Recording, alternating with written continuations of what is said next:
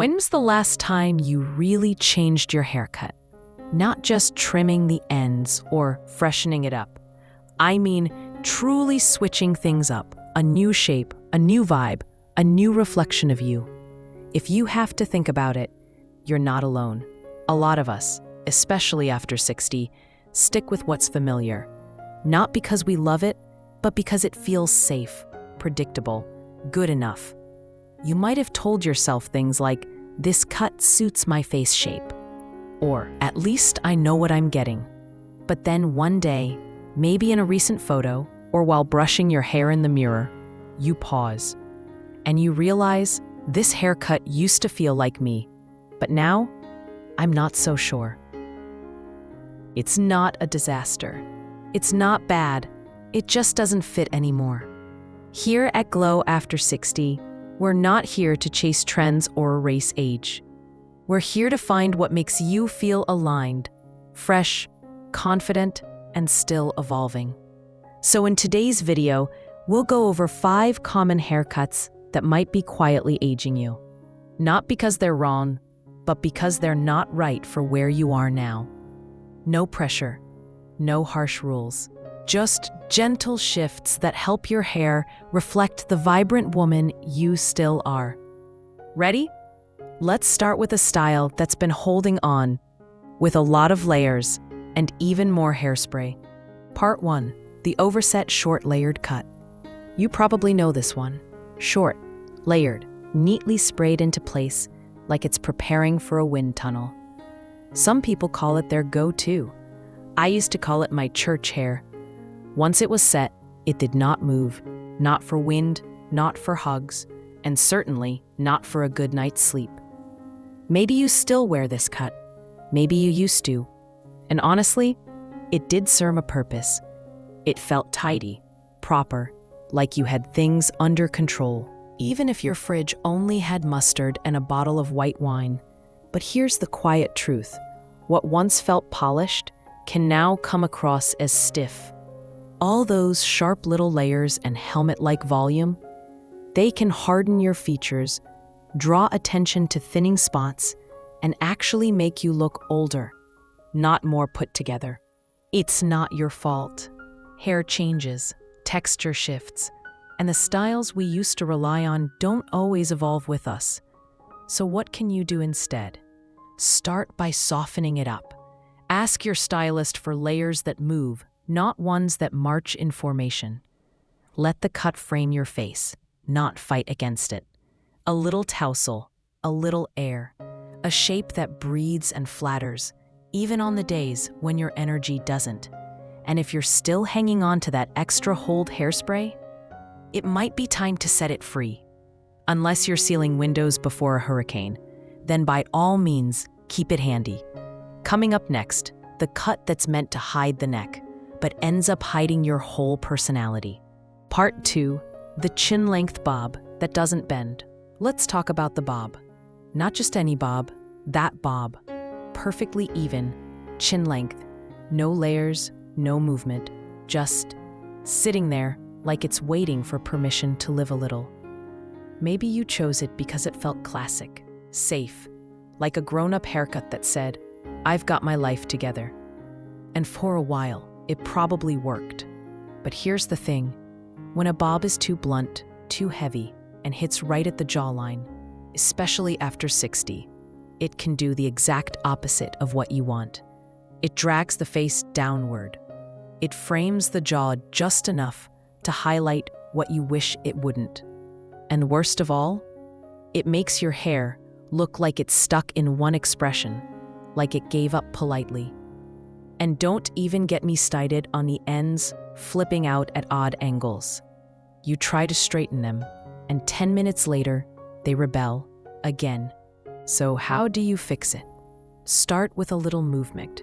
Ask your stylist for a bob with some bend, soft layering, maybe a slight angle that draws the eye up instead of down. Think less anchor woman, more effortless French woman with great scarves. You want a cut that moves when you move, even just a little, because hair that has life makes you look more alive too. Coming up, the haircut that was everything in the late 80s and somehow never quite left the party. Part 3. The feathered throwback that time forgot. You know this one before I even say it. Feathered layers, swept back bangs, a little Farrah Fawcett, a little suburban sitcom mom from 1993. You might have worn it proudly. Honestly, so did I. Back then, the higher the lift, the closer to fabulous. Or at least, that's what we told ourselves. But here's the not-so-fabulous part. Somewhere along the way, the lift stopped lifting. The feathering stopped floating. And what used to frame your face with softness now just kind of flops around. Still wearing it? No shame at all. You were probably told soft layers flatter every age, and that's not wrong.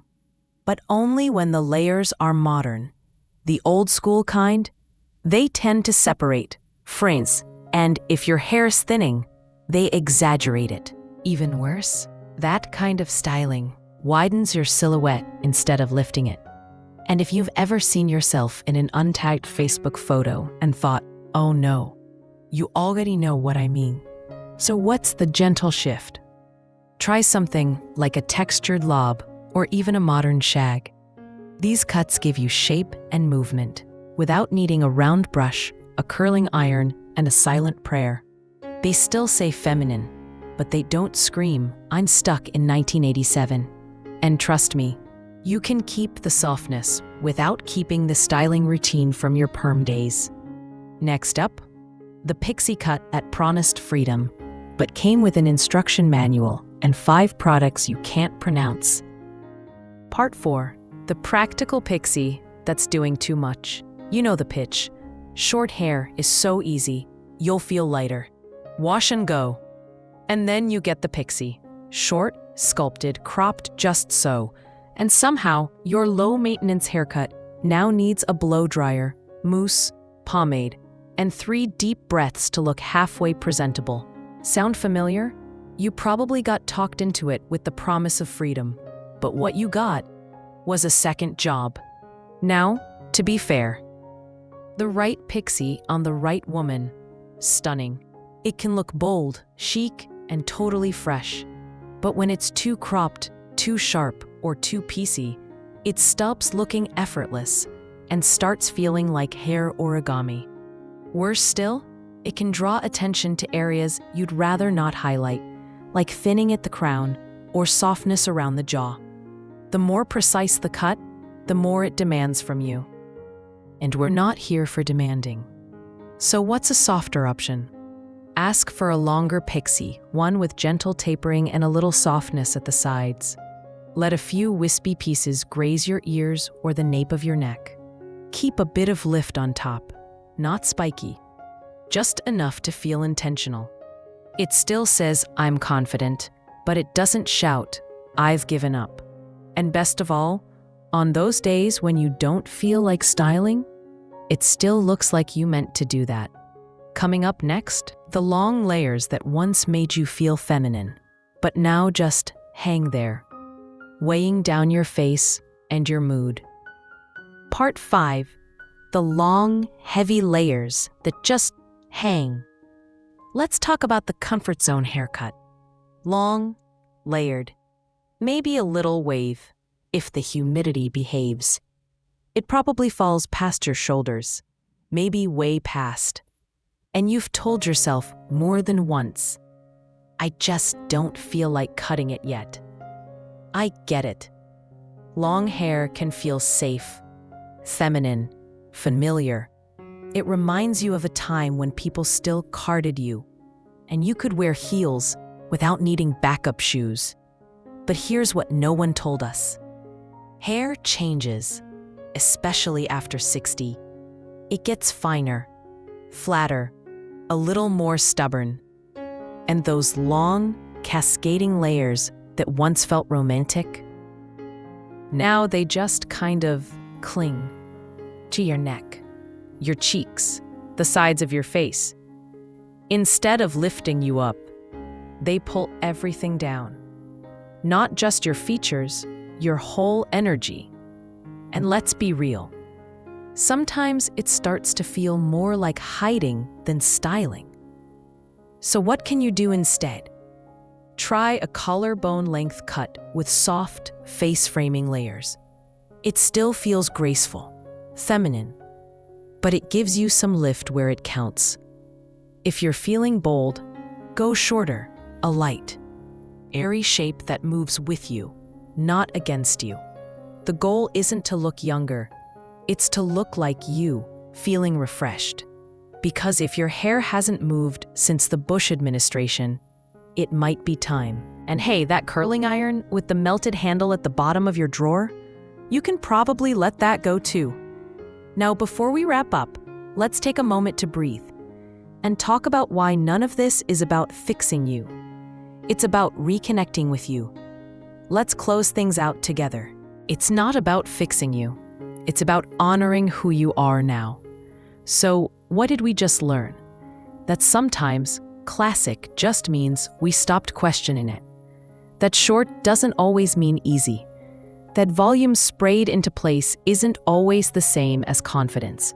And that haircut you've worn since 1997, it may have served you beautifully, but that doesn't mean it still does. Here's the truth. You haven't done anything wrong. You just haven't updated the story your hair is telling. And that story?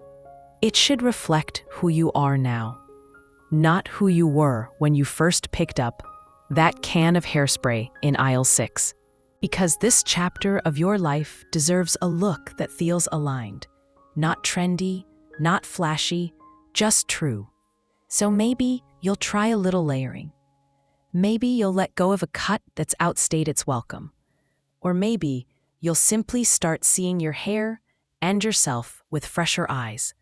Whatever it is, let it be for you. Now I'd love to hear from you. Which of these haircuts have you tried or are ready to leave behind? Which style are you curious to explore next? Drop it in the comments. Your story might be exactly what another woman needs to hear. And if this video gave you even one helpful aha moment, consider liking, subscribing, or sharing it with a friend who's also ready for a little hair refresh. Here at Glow After 60, we're not chasing youth, we're chasing fit. We're choosing styles that grow with us, not trap us in a version we've outgrown.